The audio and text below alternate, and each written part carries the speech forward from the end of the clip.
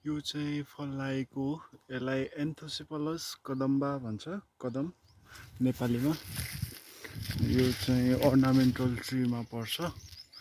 यसको फल यस्तो राम्रो लागेको हुन्छ। यो चाहिँ फ्लावर हो अहिलेको अवस्थामा, र यसको फ्रुट चाहिँ म्याच्योर भइसक्यो भने खान्छन् पनि।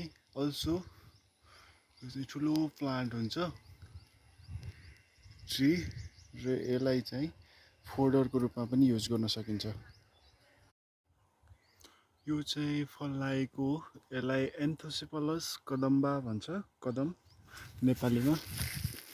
यो चाहिँ अर्नामेन्टल ट्रीमा पर्छ। यसको फल यस्तो राम्रो लागेको हुन्छ। यो चाहिँ फ्लावर हो अहिलेको अवस्थामा, र यसको फ्रुट चाहिँ म्याच्योर भइसक्यो भने खान्छन् पनि। अल्सो यो चाहिँ ठुलो प्लान्ट हुन्छ, ट्री, र यसलाई चाहिँ फोडरको रूपमा पनि युज गर्न सकिन्छ।